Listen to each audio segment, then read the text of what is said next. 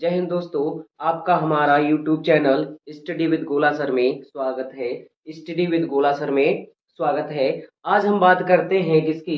सिंधु नदी की। कल हमने देखा था कि भारतीय अगर अपवाह तंत्र की बात करें तो उसको कितने भागों में बांटा गया था? दो भागों में बांटा गया था। कौन कौन से दो भागों में? एक हिमालयी नदियों में और दूसरी कौन सी? प्रायद्वीपीय नदियों में। कौन कौन से? एक हिमालयी नदी और दूसरी प्रायद्वीपीय नदियां। अगर हिमालय नदियों की हम बात करें तो हिमालय नदियों में कुल कितनी नदियां प्रमुख थीं? तीन नदियां प्रमुख हो जाती हैं। एक कौन सी हो जाती है? हमारी सिंधु नदी, दूसरी हमारी गंगा नदी और तीसरी नदी की अगर हम बात करें तो तीसरी कौन सी होती है? ब्रह्मपुत्र नदी हो जाती है। कौन सी हो जाती है बच्चा? ब्रह्मपुत्र नदी हो जाती है। अगर हम सिंधु नदी की बात करें, किसकी बात करें? सिंधु नदी की बात करें तो इसकी कुल लंबाई की अगर हम बात कर लें तो सिंधु नदी की जो कुल लंबाई होती है कितनी होती है? 2880 किलोमीटर होती है। कितनी बच्चा? 2880 किलोमीटर होती है। क्या इसकी कुल लंबाई होती है? क्या होती है? कुल लंबाई की अगर हम बात करें, किसकी बात करें? कुल लंबाई की अगर हम बात करें तो कितनी होती है? 2880 किलोमीटर है। जिसमें से अगर हम केवल भारत की बात कर लें, किसकी बात कर लें? अगर हम केवल भारत की बात करें तो ये केवल भारत में जो है इसकी कुल लंबाई की अगर बात कर लें तो कितनी हो जाती है? 709 किलोमीटर, यानी कि 709 किलोमीटर हो जाती है। वहीं अगर हम दूसरी बात कर लें, कौन सी? Bharat plus PoK. कौन सी बात कर लें? Bharat plus PoK. पीओके मतलब पाक ऑक्युपाइड कश्मीर, यानी कि जो पाक ने हमारे जो पाकिस्तान ने हमारे कश्मीर को ऑक्युपाइड यानी कि अधिकृत कर रखा है, कब्जा कर रखा है, उसको भी अगर हम मिला लें तो 709 किलोमीटर ये और अधिक की बात करें तो कितनी हो जाती है? हमारी कुल की बात कर लें तो 1114 किलोमीटर हो जाती है। कितनी हो जाती है? 1114 किलोमीटर हो जाएगी। अगर हम केवल भारत की बात करें तो केवल भारत में सिंधु नदी कितना प्रवाहित होती है? 709 किलोमीटर प्रवाहित होती है। और अगर भारत और पीओके की दोनों की बात कर ले तो ये कुल मिलाकर के कितनी होती है? 1114 किलोमीटर होती है। कितनी लंबाई होती है? कुल 1114 किलोमीटर हो जाती है।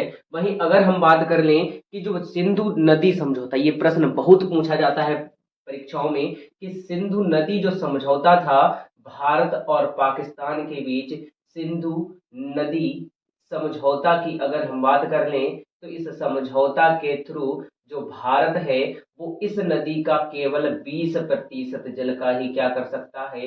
उपयोग कर सकता है। क्या कर सकता है? केवल 20% जल का ही भारत उपयोग कर सकता है। बाकी का जो 80% शेष रहता है उसका प्रयोग कौन करेगा? पाक करता है। कौन करता है बच्चा? पाक करेगा। और ये समझौते की अगर हम बात करें तो ये समझौता आखिर हुआ कब था? तो कब हुआ था? उस समय हमारे भारत के प्रधानमंत्री कौन थे? पंडित जवाहरलाल नेहरू। और ये समझौता हुआ था कब? 1960 में हुआ था। कब हुआ था? 1960 में हुआ था। और ये परीक्षा से दृष्टि से क्या हो जाता है? इम्पोर्टेंट हो जाता है। और ये भी क्या किया जा चुका है? कई बार परीक्षाओं में आ चुका है। और कई बार जो है ये भी पूछा जा चुका है कि उस समझौते पर भारत की तरफ से हस्ताक्षर किसने किए, या उस समय प्रधानमंत्री कौन थे? तो कौन हो जाएंगे? पंडित जवाहरलाल नेहरू हो जाएंगे। समझौता कब हुआ था? 1960 में। 20% भारत इसका उपयोग कर सकता है। बाकी के सभी जल का उपयोग कौन कर सकता है? हमारा पाकिस्तान कर सकता है। कुल लंबाई की बात करें तो 2880, केवल भारत की 709 और भारत और पीओ के दोनों की बात कर लें तो कितनी हो जाती है? तो 1114 किलोमीटर हो जाती है। अगर इसकी सहायक नदियों की बात कर लें, क्या बात कर लें? इसकी अगर सहायक नदियों की बात कर लें तो सहायक जो नदियां हैं, क्या है? सहायक अगर नदियों की बात कर लें तो सहायक जो नदियां हैं कितनी है बच्चा? इसकी 5 प्रमुख सहायक नदियां हैं। कितनी है बच्चा? 5 प्रमुख सहायक नदियां हैं। और उनका भी पूरब से पश्चिम का क्रम, कैसे?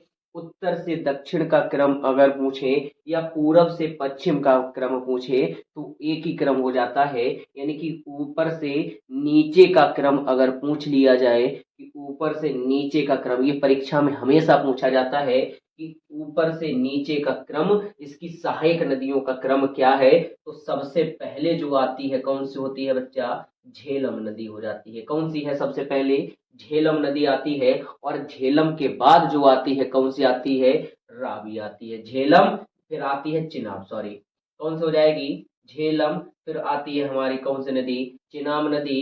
फिर झेलम, चिनाब और चिनाब के बाद आती है कौन सी? रावी नदी। और रावी नदी के बाद की बात कर ले तो उसके बाद कौन सी आती है ब्यास नदी, और सबसे अंतिम अगर हम बात कर लें तो कौन सी आती है बच्चा सतलुज नदी आती है। कौन सी आती है सतलुज नदी, यानी कि इसे सतलज के नाम से भी जाना जाता है। यानी कि ऊपर से नीचे का क्रम हमेशा पूछा जाता है या उत्तर से दक्षिण का क्रम, क्या हो जाएगा उत्तर से दक्षिण का क्रम या ऊपर से नीचे का क्रम क्या करते हैं बहुत पूछा जाता है। और ये क्रम आप याद कर लें, परीक्षा की दृष्टि से बहुत ही क्या है बच्चा बहुत ही इंपॉर्टेंट हो जाता है। सबसे पहले कौन सा आएगा झेलम नदी, फिर चिनाब, रावी, ब्यास, और अंतिम रूप में कौन सी रहती है हमारी सतलज नदी रहती है। कौन सी हो जाएगी सतलज नदी, यानी कि ऊपर से नीचे का क्रम हो जाएगा। ये तो रही इसकी कौन सी बच्चा सहायक नदियां हो जाएंगी। कौन सी हो जाएंगी, ये तो हो जाएंगी क्या इसकी सहायक नदियां हो जाएंगी। अगर हम इस सिंधु नदी का क्या पूछें तंत्र देखें, यानी कि कहाँ से प्रवाहित होती है और कहाँ कहाँ पर आकर के कौन सी नदियां मिलती हैं, तो इसको हम समझेंगे एक डायग्राम के थ्रू। और उस चित्र को आप भी बहुत अच्छे से बना लीजिए, जो आपको समझने में क्या आएगा बहुत ही आसानी करेगा और याद करने में भी क्या रहेगा आसान रहेगा। क्या रहेगा बहुत ही आसान रहेगा। तो हम चलिए बात करते हैं किसकी, यहाँ से अगर हम इसकी उद्गम की बात कर लें कि सिंधु नदी का उद्गम कहाँ से होता है, तो उद्गम कहाँ से होता है बच्चा एक तिब्बत में एक ग्लेशियर है जिसे हम किस नाम से जानते हैं बोकरचू ग्लेशियर के नाम से जानते हैं। किस नाम से जानते हैं बोकरचू ग्लेशियर के नाम से जानते हैं। और इस ग्लेशियर की अगर हम बात कर लें तो ये कहाँ पड़ता है बच्चा तिब्बत में पड़ता है। कहाँ पड़ता है तिब्बत में पड़ता है। तिब्बत यानी कि जो कहाँ चाइना, इस समय किसके अंडर में है तिब्बत चाइना के अंडर में है। तो तिब्बत से ही एक क्या निकलता है ग्लेशियर है जिसको हम बोकरचू ग्लेशियर के नाम से जानते हैं। यहीं पर एक क्या है झील है जिसे हम किस नाम से जानते हैं मान सरोवर। कौन सी हो जाएगी बच्चा मान सरोवर जो झील है, यहीं से क्या होता है इसका उद्गम होता है। और यहाँ से ये निकल करके कहाँ से यहाँ से ये निकल करके जाती है और कहाँ आकर के गिरती है अरब सागर में आकर के गिरती है। यानी कि यहाँ से ये प्रारंभ होती है और प्रारंभ होने के बाद ये कहाँ अरब सागर में आकर गिर जाती है। कहाँ गिरती है आकर के कहाँ गिरती है आकर के अरब सागर में आकर गिर जाती है। कहाँ गिरती है अरब सागर में आकर के क्या हो जाती है विलीन हो जाती है। यानी कि कहाँ से निकलती है बोकरचू ग्लेशियर से इसका उद्गम होता है और ये भारत में होते हुए सीधे कहाँ अरब सागर में आकर के गिर जाती है। अब कहाँ कहाँ पर इसकी सहायक नदियां क्या है, कहाँ कहाँ से इसकी क्या है सहायक नदियां हैं जिसमें आकर के ये सहायक नदियां क्या होती हैं मिलती हैं। तो अगर हम बात कर लें सबसे पहले किसकी बात करें, सबसे ऊपर कौन सी हमारी नदी थी झेलम नदी। तो झेलम नदी किन किन से मिलकर मिली है, एक हमारी नदी होती है कौन सी किशन गंगा। कौन सी बच्चा किशन गंगा नदी होती है। और किशन गंगा नदी जो निकलती है उसी में आकर के एक झील है। कौन सी झील है बूलर झील। उस बूलर झील में आकर के किशन गंगा मिलती है और इसी में आकर के एक दूसरी झील मिलती है कौन सी शेषनाग झील। कौन सी आती है शेषनाग झील हो जाएगी। और शेषनाग झील का क्या पूछ लिया जाता है जिला बहुत पूछा जाता है। अगर हम शेषनाग झील की बात करें तो शेषनाग झील कहाँ पर बनती है बेरी नाग जिला।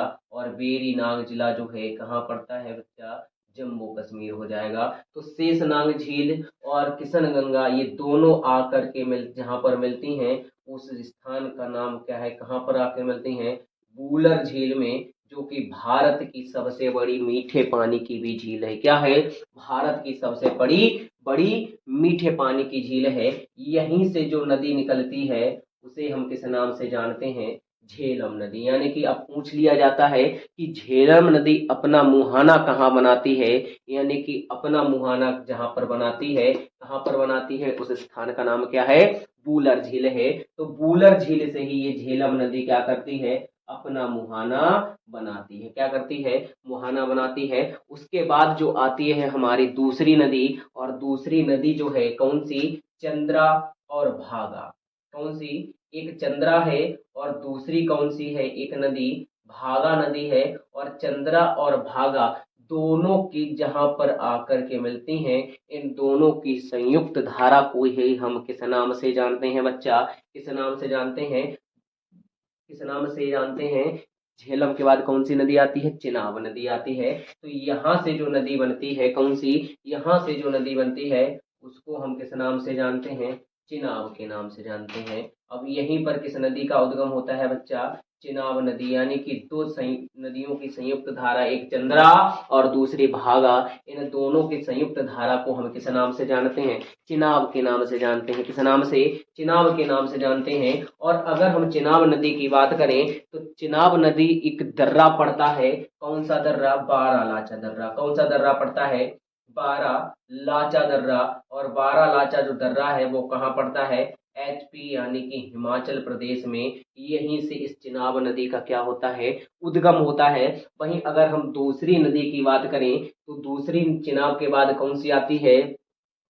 रावी नदी। कौन सा आ जाएगी? हमारी रावी नदी आ जाएगी। और रावी नदी की अगर हम बात करें तो ये कहाँ से निकलती है? ये भी हिमाचल प्रदेश से निकलती है। और हिमाचल प्रदेश के कौन से दर्रे से? रोहतांग दर्रे से। कौन से दर्रे से निकलती है? रोहतांग दर्रे से निकलती है। और ये रोहतांग दर्रा भी कहाँ पड़ता है हमारा? एचपी हिमाचल प्रदेश में पड़ता है। कौन सा? हिमाचल प्रदेश। और यहीं से एक दूसरी नदी निकलती है जिसे हम किस नाम से जानते हैं? ब्यास नदी के नाम से जानते हैं। किस नाम से जानते हैं इस नदी को हम? ब्यास नदी के नाम से जानते हैं। किस नाम से? ब्यास नदी के नाम से जानते हैं। इसका भी उद्गम कहाँ से हुआ है? इसका भी उद्गम रोहतांग दर्रा हिमाचल प्रदेश से हुआ है। कहाँ से? रोहतांग दर्रा हिमाचल प्रदेश से हुआ है। और इस मानसरोवर झील के पास से ही एक राकस ताल स्थान पड़ता है। क्या पड़ता है? राकस ताल स्थान पड़ता है। और राकस ताल से ही जो नदी निकलती है उसको हम किस नाम से जानते हैं? राकस ताल से जिस नदी का उद्गम होता है उसे हम सतलज नदी के नाम से जानते हैं। किस नाम से जानते हैं? सतलज नदी के नाम से जानते हैं। किस नाम से? सतलज नदी के नाम से जानते हैं। और ये सतलज नदी जहाँ से भारत में प्रवेश करती है, कहाँ से? भारत में जहाँ से प्रदेश प्रवेश करती है, किस दर्रे से प्रवेश करती है? सिपकीला दर्रा से प्रवेश करती है। किस दर्रे से प्रवेश करती है? सिपकीला दर्रे से प्रवेश करती है। और ये सिपकीला अगर हम दर्रे की भी बात कर लें तो ये भी कहाँ पड़ता है? एचपी यानी कि हिमाचल प्रदेश में। यहीं से भारत में प्रवेश करती है। और यहाँ पर कहाँ कहाँ पर? ये हरिके बैराज। और हरिके बैराज स्थान कहाँ पड़ता है? पंजाब में पड़ता है। कहाँ पड़ता है? हरिके बैराज स्थान पड़ता है। क्या पड़ता है? हरिके बैराज नामक स्थान पर किसे? ब्यास नदी से आकर के मिलती है। और यहीं से एक भारत की सबसे बड़ी क्या नहर निकलती है? कहाँ? यहीं से एक भारत की सबसे बड़ी नहर निकलती है जिसे हम किस नाम से जानते हैं? इंदिरा गांधी नहर के नाम से जानते हैं। इस नहर को हम किस नाम से जानते हैं? इंदिरा गांधी नहर के नाम से जानते हैं। जो कि भारत की क्या सबसे बड़ी नहर हो जाती है। किस नाम से जानते हैं? इंदिरा गांधी नहर के नाम से जो भारत की क्या होती है? सबसे बड़ी नहर हो जाएगी। अगर इसकी कुल लंबाई की बात करें तो 649 जो किलोमीटर हो जाएगी। क्या हो जाएगी? 649 किलोमीटर इसकी क्या हो जाती है? कुल लंबाई हो जाती है, जो कि भारत की सबसे बड़ी नहर हो जाती है। परीक्षाओं में सीधा सीधा इसकी लंबाई या सीधे से इसका नाम पूछ लिया जाता है कि भारत की सबसे बड़ी नहर कौन सी है। और कभी कभी क्या कर लेता है? ये पूछ लेता है कि ये जो नदी है वो आखिर प्रवाहित किन किन राज्यों में होती है। तो इसके राज्यों की अगर हम बात करें या इस नहर से कौन कौन से जो राज्य हैं लाभान्वित होते हैं, यानी कि लाभ उठाते हैं, तो एक तो हमारा पंजाब हो जाएगा, दूसरा हो जाता है हमारा क्या? राजस्थान। और तीसरा हो जाएगा क्या? हमारा हरियाणा। तो पहले की अगर बात करें तो सबसे पहला क्या होता है? पंजाब। दूसरा बात करें तो कौन सा? हरियाणा। और तीसरे की बात करें तो कौन सा हो जाता है हमारा? राजस्थान। कौन सा हो जाता है? राजस्थान। तो इन तीन जिलों से होकर के ये नदी, ये नहर क्या होती है? प्रवाहित होती है। आगे चल कर के ये नदी क्या करती है? इसी झेलम नदी में आकर के, कौन सी? झेलम नदी में आकर के मिल जाती है। और फिर ये संयुक्त धारा जहां पर आकर के सिंधु नदी में मिलती है उस स्थान को हम किस नाम से जानते हैं? मीठन कोट के नाम से जानते हैं। किस नाम से जानते हैं? मीठन कोट के नाम से जानते हैं। और यही मीठन कोट जो स्थान है वो कहाँ पड़ता है? कहाँ पड़ता है? पाकिस्तान में पड़ता है। कहाँ पड़ता है? पाकिस्तान में पड़ता है। और यहीं से फिर ये संयुक्त धारा आकर के कहाँ गिर जाती है? अरब सागर में आकर के क्या हो जाती है? विलीन हो जाती है। तो ये था हमारा क्या? सिंधु नदी तंत्र। सिंधु नदी तंत्र, इसका अगर आप डायग्राम बहुत अच्छे से बना लेंगे तो आपको समझ में भी बहुत अच्छे से आ जाएगा। अगर आगे की हम बात करें कि वूलर झील या फिर किस, ये जो इसकी जो सहायक नदियां हैं, यहाँ से जो नदी बनती है वो कौन सी नदी बनती है बच्चा? भूल गए थे। झेलम नदी हो जाएगी। कौन सी नदी है ये? यहाँ से झेलम नदी, फिर चिनाब नदी, फिर यहाँ से अगर हम बात करें रोहतांग दर्रा से जो नदी निकलती है वो कौन सी नदी निकलती है? झेलम, चिनाब, रावी नदी निकलती है। कौन सी हो जाएगी? रावी नदी हो जाएगी। और यहाँ से जो नदी निकलती है उसे हम किस नाम से जानते हैं? ब्यास नदी। और ये हमारी कौन सी हो जाती है? कौन सी हो जाएगी? राजस्थान से जो निकलती है वो हमारी कौन सी नदी हो जाएगी? सतलज नदी हो जाएगी। कौन सी हो जाएगी? सतलज नदी हो जाएगी। और ये सभी नदियां आकर के वापस इसी में किसमें? झेलम नदी में ही मिल जाती हैं। और फिर ये संयुक्त धारा मीठनकोट पंजाब पाकिस्तान में आकर के सीधे अरब सागर में जाकर के गिर जाती हैं। कहाँ गिर जाती हैं? अरब सागर में आकर के गिर जाती हैं। और फिर यहीं पर इसका क्या हो जाता है? अंत हो जाता है। तो ये थी हमारी क्या? सिंधु नदी तंत्र। अब इसकी जो सहायक नदियां हैं जैसे कि झेलम है, चिनाब, रावी, ब्यास और सतलज नदियां हैं, इन पर क्या है? कुछ योजनाएं चल रही हैं जो कि परीक्षाओं में सीधे सीधे इन योजनाओं को क्या कर लेते हैं? पूछ लेते हैं। तो इस इन नदियों की जो योजनाएं हैं, इनकी इन योजनाओं की बात करेंगे हम किसमें? अगली वीडियो में। तब तक के लिए हमारे साथ बने रहें। इसके साथ स्टडी विद गोला सर के साथ। जय हिंद।